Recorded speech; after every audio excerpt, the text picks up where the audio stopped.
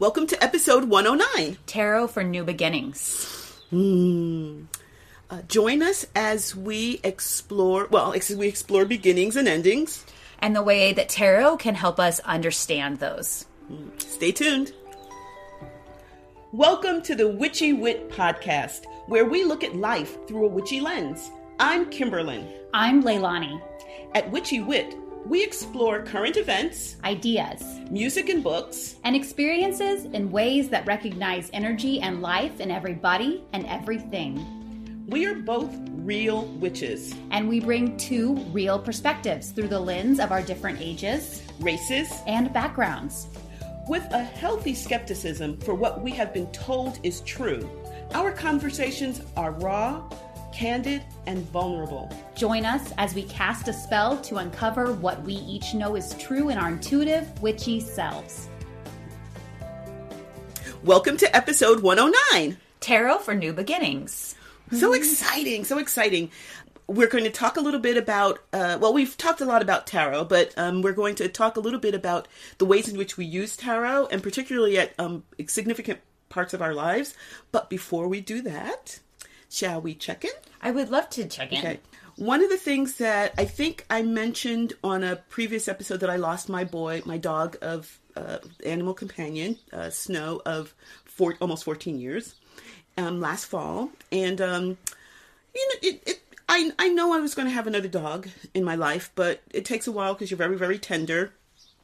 And I knew that I was getting towards that point because I became unafraid to click on emails from like various organizations I belong to that start with this poor boy or this sweet boy, or does anybody have room? Foster groups that I belong to, and so I began to realize, okay, it's about time I can start exploring this. And just as I started thinking about that, I was reading an article about Rosie O'Donnell. I don't know do you remember her? Mm-hmm. Okay. Rosie O'Donnell, who is moving to Ireland because there was a whole group of Hollywood actors who said if Trump was reelected, that they were leaving their country, and she's the only one who's doing it. So she's in Ireland right now. Applying, I think she's Irish by lineage, and she's applying for citizenship. But just as kind of an article, she's trying to start promoting a documentary that she's created on service animals and the role that they play in helping people with autism to adapt to the culture around them and to just ease them in gently. And just reading about that, I had over the decades been very, very interested in participating, getting the little puppy and raising them until it's time for them to go into training, but it's never been the right time. And I decided that this is the right time. So I applied to be a canine companion, to be a part of Canine Companions. Oh. I'm not a canine companion. Are you a canine companion? No, to be a part of the program. And basically they give you a puppy like 8 to 12 weeks old, and you raise it for about a year and a half. And then they usually start working with a trainer for whatever. The most common, the one that most people think about are the dogs for the blind, mm-hmm. and people with blindness or low vision. But they have dogs for people with hearing issues, autism, and in a number of different ways. I remember reading about, I don't know if this is a part of their program, but someone has a dog that tells them before they're going to have an epileptic fit. It's incredible the diversity to which these animals can contribute to society. And so I decided to apply for it. I did the phone interview. I have an orientation and a home visit, and I'm pretty excited about it. And one other thing, and then I'll let you have a turn. Is that everyone in all of the applications and all of the documents in the phone interview, she asked twice, can you raise an animal for a year and a half and then give it away, let it go somewhere else? And I said, honey, I'm a teacher. I've spent decades, creating relationships with young people, nurturing them. Back when I was in the grades, they were like in my room all the time. They ate lunch there, they mm-hmm. had their squabble, and then watching them go off, mm-hmm. grow up and move on. And so I said, I'm pretty used to it, so not to worry. Yeah, it's exciting. I'm excited. I have so many feelings and reactions. Let's hear some of your feelings and reactions. I'm going to spitball them because we could talk about this I could react to this for an hour. Love it. Mm-hmm. Love you. Mm-hmm. Oh. Love this. Yeah. Celebrating this with you. Yay. Also realizing that not everyone is a teacher and they don't understand that concept of the cyclical nature of life. And then tying that into this like, what a perfect thing to have introduced this episode. Oh, that's with. Right. Yes. So right. Yes. Yeah. An example. Yeah. Mm-hmm. Mm-hmm. Yeah. So thank you for seeing me. I that idea of people don't understand that. Yeah, we teach subject matter, we teach content, but we're actually teaching people. Mm-hmm.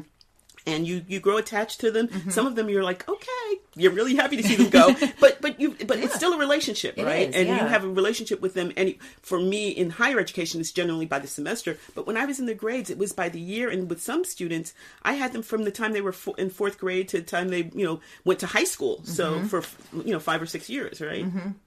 So yeah. So we'll see. I mean, I'm sure it'll be a little bit different because they'll be in my house, 24/7. But I think I can do it. We'll find out. We'll find out. Yeah. Wow. Yeah. So anyway, that's me and Canine Companions. What's going on in your life? I am so excited. Mm-hmm. Again, to touch back to the topic of this episode of new beginnings. I am riding the wheel of the year as it is in my life. And part of that is the summer. And I know we're going to talk more about this, so I'm going to hold off on that a little bit. And one of the things I'm doing this summer is I have signed up through a university in our area, and I'm going to be taking a ceramics introductory to throwing. And I told my partner, he's like baseball? And yeah. Because ceramics. So I've always wanted to use a pottery wheel. And I look at part of my self-quieting is watching ASMR videos of people throwing. I didn't even know. See, you I'm sorry to interrupt you, but you expand my horizon so wide. I didn't even know. I've heard of ASMR audio things. Mm-hmm. I didn't realize that there were videos. Yeah. So they put up like a microphone next to it, and so you just hear like the squishing and the water. It's like very watery. I know. Oh my gosh! And so I love watching them do it, and I've always wanted to do it. And I imagine it's a bit of a learning curve. So it's a couple months long, and I'll be doing it one day a week for a few hours, and I'm so excited. And I'm from a witchy standpoint, I'm excited about the elements of it with the clay is earth, the water, it gets fired, it dries with air. I just think that it's incredibly witchy. So that's amazing. It's so wonderful to hear you. And it's also very tactile. Yes, right? So, it's very physical, which is there's a lot of like body in it, which is I'm very body. So. I may or may not, I have no idea. I have never done this before. So I may or may not like it, and I may or may not be good at it, and I don't really care. What matters is like I'm going to be in it, and I'm going to be covered in the elements, and I'm going to try it, and then I'm going to have a great time no matter what. So that's amazing. That's so amazing. May I share a little bit of not personal experience, but my mother went through a phase of doing this, and one of the things I'm her daughter. I guess that makes sense. She's my mother, but. So I've kind of, it was amazing watching her go through this development where she was so upset because the first products were really crappy. You know, they're like this misshapen mug and then a vase. I think they start everybody with a vase or whatever. And then watching her begin to, because this is not the training that we get out in the dominant culture, watching her go from, oh, that's a horrible thing, and watching her just start to enjoy the process. And then just because she's enjoying the process, she's doing the process longer, the products become better. So there's kind of a karmic aspect to it. But just watching her, I would go, it was a studio, kind of sounds like what you're doing. And I would go with her every once in a while, just take a book and just watch her kind of zen out. And for a woman who was raised to she's not to typecast anyone, to cast anyone, but she was probably an Enneagram too. And for someone who spent her life doing, just watching her be for an hour was just so healing for my heart. So I can only imagine for someone who is already going into it aware how the experience might be for you. So I'd be interested in, hearing, how it is. And I'll share some pictures with you and with on our Patreon. Oh, that'd be great. Of my first misshapen vase. But I'm like ready for it. Ready for it, yeah. Oh, that sounds wonderful. Congratulations. Yay. What a beautiful project. Or beautiful, project for you. It is a project, not the products, but a beautiful way of taking some time for yourself and taking some time to explore something that may become something, may not, but yay, congratulations. Thank you. I like that intro to throwing. You like baseball? Yeah, because I remember my mom used to say, oh yeah, we're going to throw pots. Like, right. So, yeah. So. And I've also heard of people referring to tarot as throwing cards. Have you ever heard that? Oh, no, I haven't. Okay. I had a friend of ours, a friend of yours and mine, she'd ask, like, can I come over and we can throw some cards? And I'm like, what does that mean? Like, am I going to be dodging, Right? Oh, paper cut. like on some of those, like, spy movies, they throw cards and they're actually, like, razors, or something like that. I don't know. Yeah. So that's not a colloquialism I use, but I've heard it. I'm very gentle with my... I know. I'm like, I don't want to throw them because then they'll throw me. They'll throw me. Exactly. No, exactly. But that's another way of thinking about it. I guess. Yeah. Anyway, so speaking of which, that's a beautiful segue. Yay. Look at you. That's wonderful. So to our topic, which is... So we've talked about tarot, and I think we have a number of episodes. I'm just going to toss off the numbers just for people. Throw them out there. I'm going to throw out the numbers. There we go. So episode 64 was our intro to tarot. 68, 74, and 76, I think, were cards that were meaningful for us for various reasons. And then 102, which was at the start of this year, was tarot for the new year. So I think one of the things that we've been exploring is just the different ways we approach tarot and how we think about it, and I mean, just literally scratching the surface on the wondrous depth of understanding that can come with that. But one of the things I'd be interested in hearing, because I think we started talking about this before we started recording, is just how we're approaching tarot as opposed to maybe the way you understood tarot 20 years ago or something like that. Would you care to? I would love to share. So I was really resistant towards tarot as a personal practice for me, probably for about the first 10 to 15 years of my witchy journey. I knew about divination, and I knew it was a method of divination, and I knew people who read, but I was really not into it. And I think it was because my experience of what the dominant culture thinks of tarot, which I think is kind of a funny thing to say, like what the dominant culture thinks about this, like, you're right, yeah, piece of non-dominant culture, which, like, as I say that, I'm like, what was I even thinking? But it's like more of a fortune telling type of practice, more about, I go there and it's going to tell me if I'm going to be rich or how many kids I'm going to have or something like that. I don't know. Yeah. They flip the card over. 0. You'll have 0 kids. You will be child-free and have a great life. Awesome. Had you known then what you know now, but okay. Awesome. So I just really wasn't interested in it. It's not that I thought I had like negative judgment on it. It just was not my bag. It wasn't what I was interested in. So I really resisted it. And I had a number of people come to me and like suggest I dive into the practice, including some people who were mentoring me, and I was just totally uninterested. And then it wasn't until I had it explained to me about tarot from a different lens that I thought, oh, that sounds great. And I think you and I have a really similar approach to it. Would you like to talk a little bit about? Yeah, sure, for sure. Well, actually, let me go back a little bit, because you reminded me when you were talking about like your earlier explorations of it back in the 80s and 90s. Before you were born. You were born in, never mind. Anyway, but a long time ago, many, many years ago, almost 40 years ago, I stumbled into it. I don't remember exactly how I did, but I realized, I'm kind of good at this. And so I would do it at parties for friends and things like that. And people began telling me how spot on I was. Now, this time I was staunchly Christian. So when people began, when people began to Sure. when they were telling me, when when you said this 2 years ago, I thought, but then this happened and this happened, and I actually got scared, and I purged. I had my Rider-Waite deck, and purged and didn't touch tarot for about 20 years. 20, maybe more, I can't remember now. But so I had started tapping into its wisdom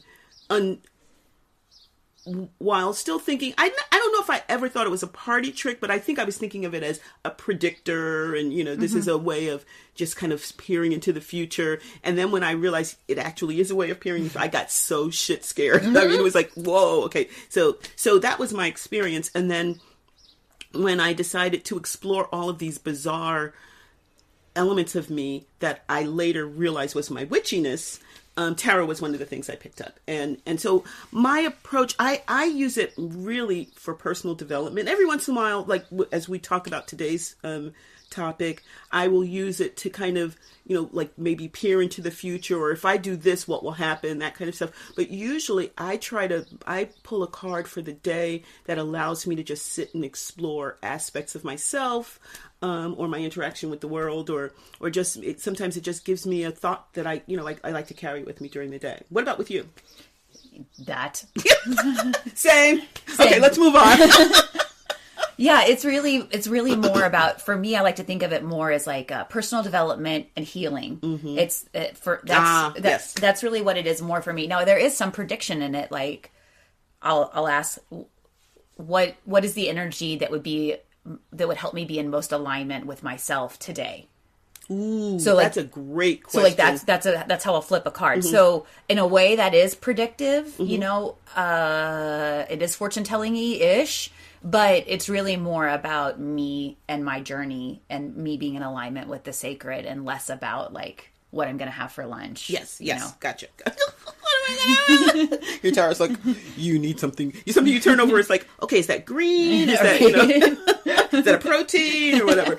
And just that's a really quick awareness. You said when I flip a card, mm-hmm. So there is kind of a very active part of your. It is. So maybe not throwing, but as an acrobat, I was just thinking. I know, that's what I was thinking. That is a positive turn for me. So there can be a very active element to reading. Yeah, that is funny. Yeah, that you didn't even realize you were. Yeah, you were embracing. I do like the word flip. You flip a card, exactly. So anyway, shall we just dive in? Yeah, I would love that. Before we dive in, well, we've already been in for about 15 minutes, but. Before we dive in further, I should just alert everyone that my window is open. We're in my craft room. My window is open. It is the beginning of the second week of May in San Antonio. The weather is glorious. It's glorious. And looking ahead, the forecast is for 108 later this week. So my window is going to be open for the 2 days that is mm-hmm. that is going to be glorious. Mm-hmm. And so you might hear birds chirping outside. Who knows what you might hear, but you're going to hear it, because I cannot close my window now, knowing what's ahead. Yes, knowing it's going to then be closed for the mm-hmm. next 5 months. So mm-hmm. there we go. So we talked about this episode as tarot for new beginnings. Yes. And the cyclical nature of life, and how we have new beginnings coming in our life at all periods. So I was curious if you might want to share a little bit about that. Yeah. So for me, first of all, it's we did something tarot with the new year, and that's because the divinatory aspect of it is allowing me to kind of settle, understand how I can approach these new, the year, right? And so, and we've talked about the fact that this is this arbitrary, okay, but now I'm actually coming to a really hard rite of passage.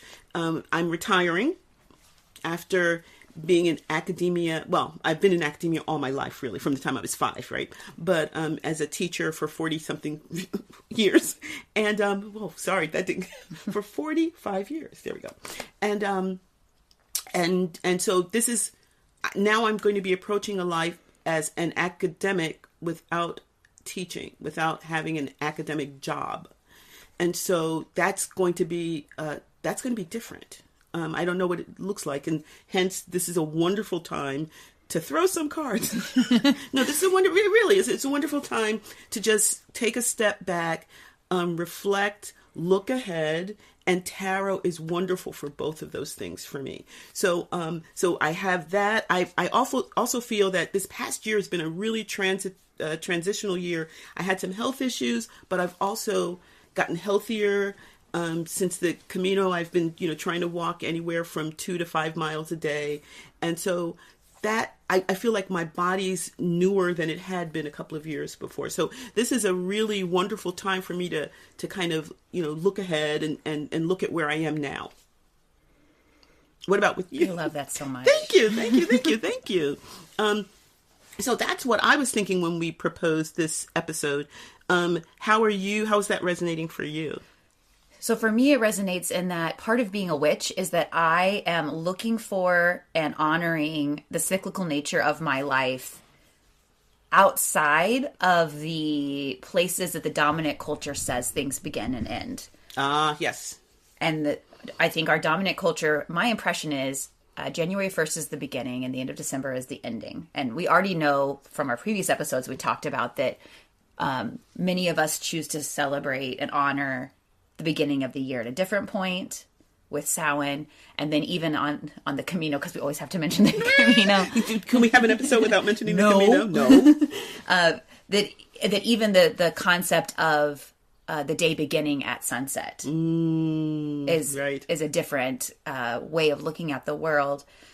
So for me, I'm really interested in new beginnings, and also what goes along with the new beginnings, which is endings. And understanding that endings are so sacred. And I think it's very rare in our culture that we honor the endings. And I think we tend to see endings as failure instead of honoring it for what it is. Mm-hmm. And then attaching that to the new beginning that springs up from, because with every ending, there is a new beginning, and every new beginning has to have an ending. I'm thinking of that one song, Closing Time. Every new beginning comes from some other beginning's end. Yeah. Or when we actually do have a celebration of an ending, it's not the ending. It's always talking about what their next step. Like, we don't take a moment to just say, what? Mm-hmm. This is the thing. So I think of graduations, because we're moving into graduation. Yeah. Yes. And if you think about it, very rarely are people talking about, okay, this is what we've learned. Let's take a moment to just sit here and it's usually about, okay, this is the springboard to your next step. And this is how you can take what you've learned. And so they do kind of address those past 4 years or whatever, but this is how you can use it as you move forward into your new life and change the world and do all that sort of stuff. So yeah, I think as a culture, we're kind of afraid of ending. Well, we are. We talked about this with death. Yes, we did. Okay. Yeah. Mm-hmm. I can't remember if it was something that we recorded or just a conversation. It was on that podcast. But if you think about it, at a graduation, how often do we say, so what job are you getting? What are you doing after this? What's your next step? But how often do we say, what was your favorite class? How have these last 4 or however many years transformed you? What was the hardest point? Sorry. Exactly. No, exactly. That's exactly right. Yeah. Or what are you feeling right now? What are you feeling right now? I would suggest that, well, our culture, we tend to tell people what they're feeling. So yes, you must be so proud or whatever, and which is fine. I mean, but instead of just sitting for a moment and asking a question and then refer to our previous episode or a couple of episodes and just listening to the answer. Mm-hmm. So, yeah. Anyway, having said that, let's move on. Let's move on. Let's look forward. But yeah, so let's talk a little bit about what this looks like, because we are looking forward to our new episode. Well, actually to our new episode in our lives. Mm-hmm. The ways in which we can use tarot to support that. Mm-hmm. And I think part of it is us noticing that we come from a very similar place, I think, in tarot, with the way that we use it as a magical tool. So I don't use tarot to say, like, what will my next job be? But instead, I might use it to say, what should I keep in mind as I move into this next part of my life? Mm-hmm. Are there any sorts of questions that you ask as you are coming onto a new beginning? Yeah, for sure. So I actually, I'm creating a spread for my next beginnings, for my new beginnings. And so these are the questions for each. I'm assuming I will pull one card, maybe more. I'm going to try to do this intuitively as much as possible. But the questions I'm asking are, where am I now? What is ahead in the next 2 to 3 months? What is ahead in the next year? What should I focus on to make my transition smoother? What should I release to make my transition smoother? And what is something new that I should embrace as I move into this new phase? So there is this kind of, okay, what's ahead, but it's really, how can I explore this to the fullest? How can I get the most, how can I suck every drop of juice out of this, out of this experience? And I'm pretty sure my cards will tell me that when I throw them. Yeah. They're going to throw a little wisdom at me. Something that I'm noticing as I hear you talk about these questions that you're asking in your spread is, instead of my future is planned out, now somebody tell me what it's going to be, I'm noticing a sense of responsibility and co-creating that.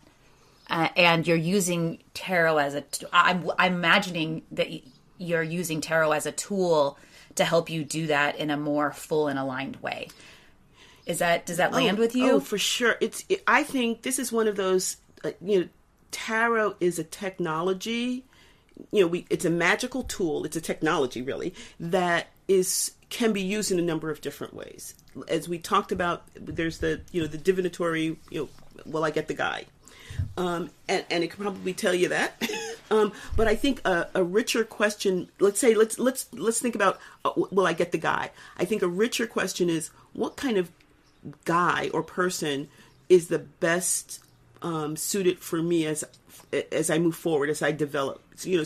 And then how can I fit myself so that type of person would be attracted to me, right? And so I think this is a technology that allows for that very simple question, but if you think about it, there's a constellation of questions that surround it that I think are actually more fruitful. And tarot, to me, speaks so deeply to that. And actually, in some cases, if I ask that one question, my tarot will encourage me to think about those other questions. So I could start, I'm like, oh shit, where's, as you've noted, where's my address, my date book, and so I can ask that question, and then I'll ask questions about, so that will spark questions like, why am I so attached to my date book? Why can I not function without my date book? What is this, so what does that mean about my life? Is that something I want? Do I want to change it? So yeah. If people want it, for me, if people want to know what witchcraft is, this is it right here. Oh my gosh. Instead of where is my date book, it's like, do I want to be defined by my date book, and what does my date book mean about me, and how much, and right. Where's the power of my date book in my life? Exactly. Yeah, exactly. So I think a lot of that questioning received wisdom, questioning questioning the matrix. Okay, just go in there. Yes, which is another episode that we'll need to have. But just questioning, this kind of herd mentality that we're encouraged to embrace in our culture, and tarot, for me, tarot allows me to step outside of that, and if I was being kind of silly and not stepping outside of that, tarot slams me outside of it sometimes, and it's painful, but it's apparently what I needed. I love the way you say that, because I think that reading tarot is hard. And I mean, learning tarot, I think there is a learning curve, but when I read tarot for myself, yep, it is both beautiful and challenging. Oof. It encourages, for me, it encourages a vulnerability that I don't allow myself elsewhere. I'm very self-protective, often to a detrimental degree. And tarot challenges that. I was going to say it encourages me, and sometimes there's encouragement, and sometimes it forces it. To the extent that I'm willing to understand the message, right? Mm-hmm. It strips away a lot of my self-protective mechanisms, and it forces me to confront the issue that it's like with the guy, all of those issues underneath it. It just like jumps me down to the bottom issue. Like, why am I here? Instead of like, where's my date book? Why am I here? So part of that I would suspect is because you and I are both open to it. If we weren't open to it, it would just tell me, maybe it would tell me where my date book is. Right. Maybe it's saying, you don't really need your date book. So it obfuscates the answer or whatever. Which I'd like to suggest to people when they find that they're not getting a clear answer. I'm going to encourage you to sit for a moment and ask yourself why. Not, damn it, it's not telling me the answer, but why is it not telling me the answer? Because usually the reason it's not telling you the answer is a part of the answer. Mm-hmm, mm-hmm. So just saying, a little aside. I love too that we're speaking about how we read and why we read in this episode. I want to say that I have never made it my own layout. Really? No. Oh, so what do you care to share? What kind of layout do you tend to use? I do the Celtic cross. Oh, which is a great one. I do the Celtic cross, and then sometimes if I'm reading for others, I do just the cross part, and I don't do the Tower of Power off to the side. Mm-hmm. I do like an abbreviated Celtic cross, and then the only other layout I do is tell me what card, what do I need for today to be more fully in alignment. I flip over a card. Mm-hmm. I flip a card. Woohoo! So I do you stick the landing? I always stick the landing. Good. That's good to hear. Oh, and then I do a year spread where I pull out one card for the month with my numerology card in the middle. But those are the only spread. I never make up my own spread. Wow. Well, I mean, and you're living a long and happy life, right? I mean, a fruitful life. So. Yeah, but it's just like listening to you talk about making up spreads. I'm like, that's really cool. But I've never been. But I've never been compelled to. I gotcha. Because what your spreads have been, telling you what you need to know, right? So, and sometimes I think the reason I don't use those is, I think some of it is I don't want you to tell me what I need to ask, but on a certain level, I'm kind of asking those questions in a different way. That's probably more, just resonates for where my head is at the time. But so I just.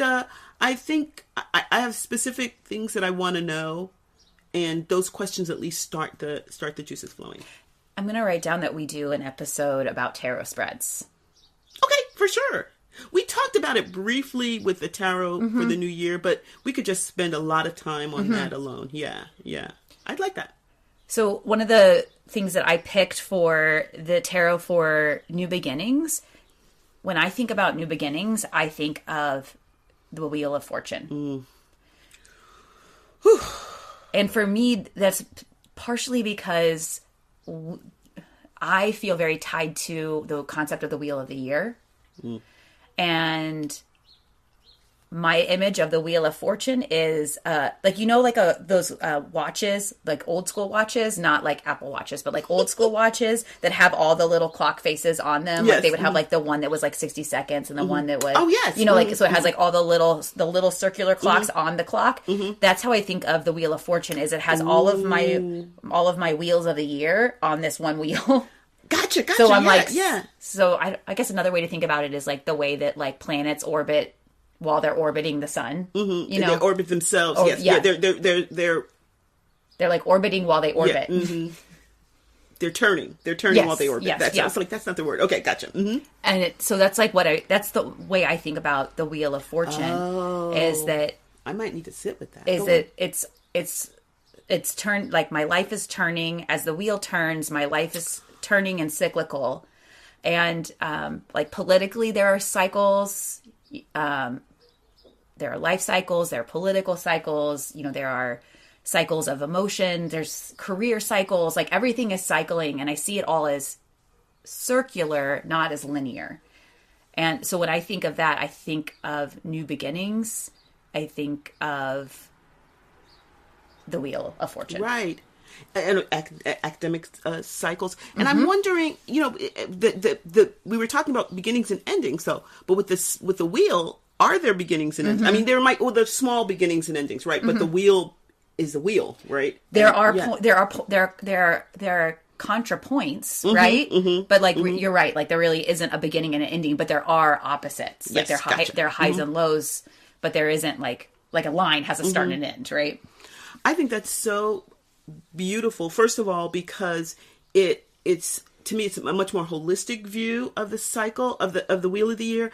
Often when you hear people talking about it, they talk about it what's on top or what's on the bottom, and what you're saying is it doesn't really matter, right? I mean, it's because it's a circle or a cycle, and it's going to keep rolling. It's a wheel. It's going to keep rolling, and so. I think it's just a healthier emotionally way of looking at it because it's less, I don't want to say less dramatic, but it's less invested in the individual point of time. Yes, maybe yes, so. Yeah. And because then you always have a sense of it's just this one blip in this whole wheel. I love that. I love that viewpoint. I think it's because it really highlights like it's less about am I like winning or losing. Yes, there we go. Exactly. And it's more about like you use the word constellation. Like, am I in this constellation? Like, what part? Where am I in this cycle? Yeah. And there's and just like I shared about my ceramics class, I didn't go in and say like, well, unless I am the best ceramic thrower ever, then this is a freaking waste of my time. Yeah. It's like I'm going to go in and I'm having this experience, and the journey is the experience, and that is what I'm seeking. Oh my gosh! And back to the ceramics, it's like, and just the fact that you can just sit and enjoy the sound of the so pumped about the sound. I'm like the sound of the wheel turning. Yeah. The sound of the wheel turning. Oh my god. Oh my god. As you're playing with the elements. That's another wheel in the wheel of the wheel. Wow. Okay. There we go. I'm not. Yeah. Oh my god. Oh, I wonder if that's why I'm so attracted to it. In addition to the 4 elements, the and the sound and the motion, the activity. Yeah. Oh my gosh. That you can be still and moving. Like your body is still moving even while you're sitting still. This makes me want to cry. Like I feel so. Who knew that? I'm signing up for a ceramics class. That it was so fundamentally. This is like going to church for me. Oh my gosh. Holy shit. Uh-huh. I just want to point out this is like this happens when I'm with you. These are the conversations that we have. Yeah, and this is what inspired me to want to have this podcast with you because we would be sitting on the plane flying to our priestessing apprenticeship, and my mind's like getting blown on aisle like seat 14B. So your brain scattered against, Right? against the window of the plane. Yeah. Oh my gosh. Yeah, is that? Okay. I mean, this is how, and this is one of the reasons I love. Like when we were talking about the wheel, just talking about the wheel itself. It's like, wow, I never thought about that. I mean, so that's why we have 2 different perspectives. Yes. 2 different, Yeah. blah blah blah. Yeah. So yeah. So I'd like to talk a little bit about what the Wheel of Fortune card for sure looks like, and I am so visual, and yeah. Talking about the Wheel of Fortune card. It's really hard for me to not just talk about the meaning of the card. So like we'll probably do both. Oh, sure, but yeah, I'd love to hear it visually. So first of all, tell us the decks that you use. So I learned on the Rider-Waite Coleman Smith, and I currently read on the Modern Witch, which I love too very much. So on the Rider-Waite Coleman Smith, the deck, and for me that it tends to be if you Google a card, it tends to be the image that pops up, just because it's kind of. It's pervasive. It's pervasive. Reminds me of like the way. Anyway, pervasive is a good way of putting it. Like a disease going. Right. I was thinking about weeds in my yard. It's just like pervasive. It just gets in there.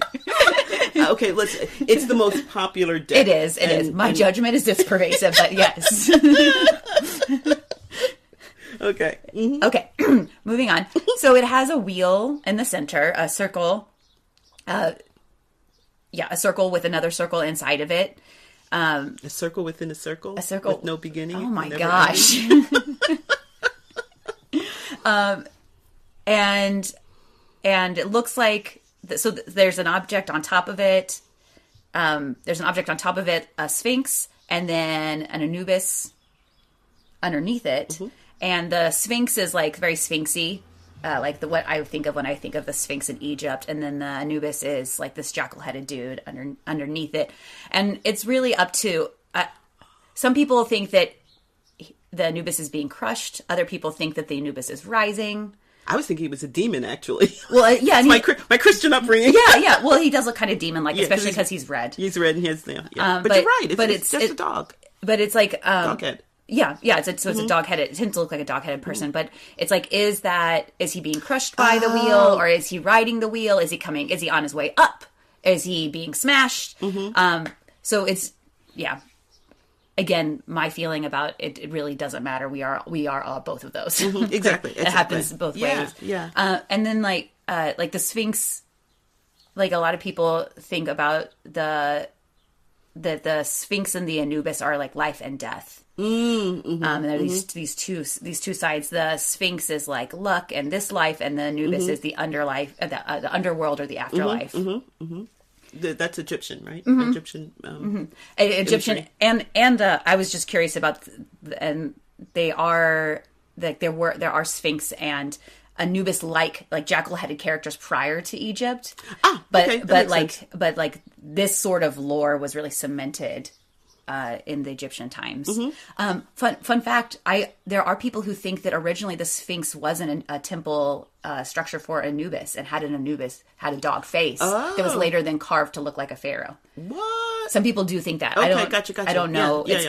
Yeah, I don't know. I'm not a Egyptian expert, but what? How dare you be on this podcast? And then there are four. Then there tend to be four animals in each of the four corners. And those winged are winged beings. There's an eagle, an angel, a bull with wings, and a lion with wings. And those are the four elements, which are also associated with the four zodiac signs that are fixed. And also with alchemy, and I mean, so many things. That's the beauty, and that's one of the reasons why it's so popular, is that there's a richness of imagery that reflects so many different traditions that were drawn upon by Pamela Coleman Smith. And so then for me, on the modern witch, the animals have been removed, but the astrological symbols are on the corners. Right, yeah. So it's cleaner. It is. It's a little bit more minimalist, which I appreciate, which I personally appreciate. We still have the wheel in the middle with the same symbols. And then there is a woman on top and a woman on the bottom of the wheel. And they're both kind of lounging and looking up. But definitely the woman on the bottom of the wheel doesn't look super happy. So if you look at her face, like she's... Oh, no. Yeah. No, yeah. So I think there is some commentary about being underneath the wheel here. Because depending on which way the wheel is going, let's say it's going clockwise, she's about to be on the... Right now, she's kind of at 5 o'clock, and the other woman is like at 11. But she's fixing to be 6 o'clock. So I guess if you're going with that kind of thinking, she's going to be at the that's not a good place to be. I'm imagining in my life being like, I'm fixing to be at 6 o'clock right now, calling you up and being girl, I am at 6 o'clock right now. I'm with you. What can I do to support you right now? I like that. I'm fixing to be at 6.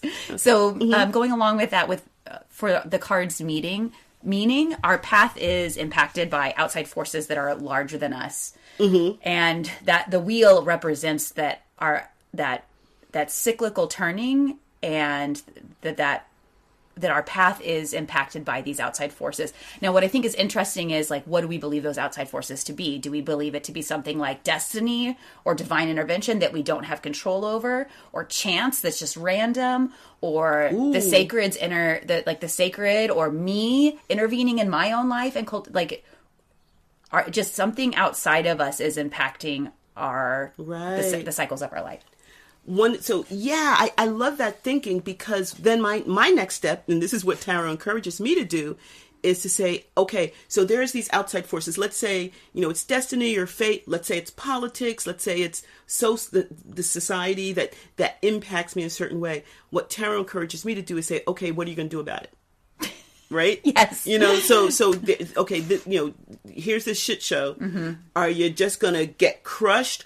are you just going to hold your breath and hold on to the wheel and hold on to the wheel, knowing that eventually you're going to get to 7 o'clock and 8 o'clock and not, what? You know, or am I going, so that's one way of handling it. Or am I going to like, oh yeah, this is going to hurt. This is going to hurt. This is, here, whoa, it's here we go. Hold my beer, you know. So, but which are different ways, because the same thing's happening to me. How am I going to deal with it? Or is, okay, am I just going to, you know, close down for a bit, try to go Zen, just meditate, quiet down, knowing that if I just stay still, you know, so there's, even though this thing is going to happen to me, and tarot can also tell me that what that thing might be, or whether it's, you know, destiny, fate, whatever. But it can also tell me the best way that I can handle it, knowing if that doesn't work, it's coming around again. I could try something different, right? So yeah, I love that imagery of the wheel, but I love the ways in which, if I take a step further and take a step further and take a step further, it gives me so many different clues as to how I can perceive what's going on that wheel. I love that so much. Also, you didn't mention like fighting against the wheel or screaming and hitting the wheel. Yeah, but those are choices. That is a path I frequently take. Those are also choices. And like I said, we can try one because we know the wheel's turning. The wheel's going to keep turning. And, you know, so, okay, kicking the wheel didn't help. Let's try something different this time. Let's see if I can get somebody under me so that they're really, really crushed and I can just kind of ride on their body. You know, like we can make a whole lot of different approaches. So yeah. Another thing that the Wheel of Fortune brings up is the cyclical nature of life and time, and highs and lows, how time passes, and something that we brought up earlier in this episode was it's less about top and bottom and more about that we pass through those things. And so like I enjoy the highs, but as I enjoy the highs, I remember that there will be lows. And as I'm in a low, I remember that someday there will be a high again. Exactly. Yeah. And, you know, and then how do we, so what is that? There's so much we can say, but like, what is that low? And is that low really a low? Is it, or is it, you know, let's say, okay, I lost, you know, I don't know, I was evicted and lost all my stuff. Is this an opportunity for me to explore minimalism in my life? And, you know, walking like the monks walking around with my rice bowl and then, you know, interacting with dialoguing with the universe on the best way it can take care of me. You know, so even in those instances, I mean, tarot encourages us to interrogate it further. So, you know, just the word low, is it low? You know, and what does that mean? And then the other main idea for the Wheel of Fortune is that there is a major shift in life direction that could be unexpected. It does, in my experience, it does tend to be like air quotes good, but I really don't like using that word because it sets up like a false duality. But it tends to be something that overall is like in the unfolding of things tends to be more positive. Yeah. I definitely don't get the same feeling I get when I turn over like the death card, which I also want to say is like I think is a very good card, but you know, it's a transition card. It is, yeah. But it's, you know, it's a transition that is challenging, often challenging, depending. And so I think the Wheel of Fortune has a different transition energy to it than that. Yes. But I just don't like using the word good, but I don't really know what other word to use. Or, you know, it's an opening up of understanding of this cycle, and then, you know, what we do with that information is totally up to us. And that's, I think, you know, as my mother used to say, that's why there's 31 flavors. Yes. Is that, you know, we all make these choices we can all see the exact same thing, and then make our choices as to whether it's quote good or bad, and in what way, and what degree. And so I think one of the things I really love about this episode that we chose to do a little bit different is focusing on how even the practice of tarot and considering the meaning of a card can help me through this new beginning, through this transition. So even just considering the wheel and where I might be on that wheel and how the wheel might be working me and how I'm working the wheel. So it like brings a whole practice aside from just sitting down and doing a reading, even just thinking about the cards as a practice of self-development. Oh, for sure. And for self-development, self-awareness, but also just understanding other people. So, for example, just hearing how you hear that tells me more about you. And I would be so fascinated if any of our listeners, if they wanted to hit us up and on Patreon or in our social media and share with us maybe they're thinking about the wheel card or the what was the other one? The death card that you mentioned.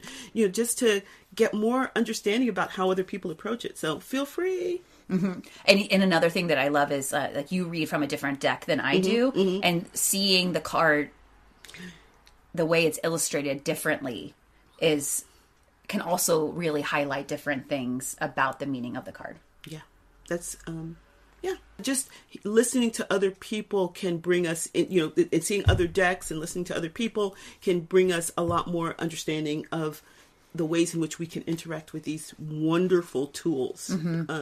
Really vibrant, ever-changing in the ways in which we interact with them. And, every time I face that card, it's a new card, right? Because now I have all of the other facings of that card that I've had. And so each time it's going to be new and fresh and bring more self-awareness and more understanding. I love that. I love the way you share that. I love dealing with these tools. I think that they're magnificent, and in the hands of someone who is willing to learn, you can't go wrong. I mean, can you go wrong? I don't think you can go wrong. That's a good question. That's another question for another episode. This is such a witchy answer, but I'm like, what is wrong? There we go. Okay.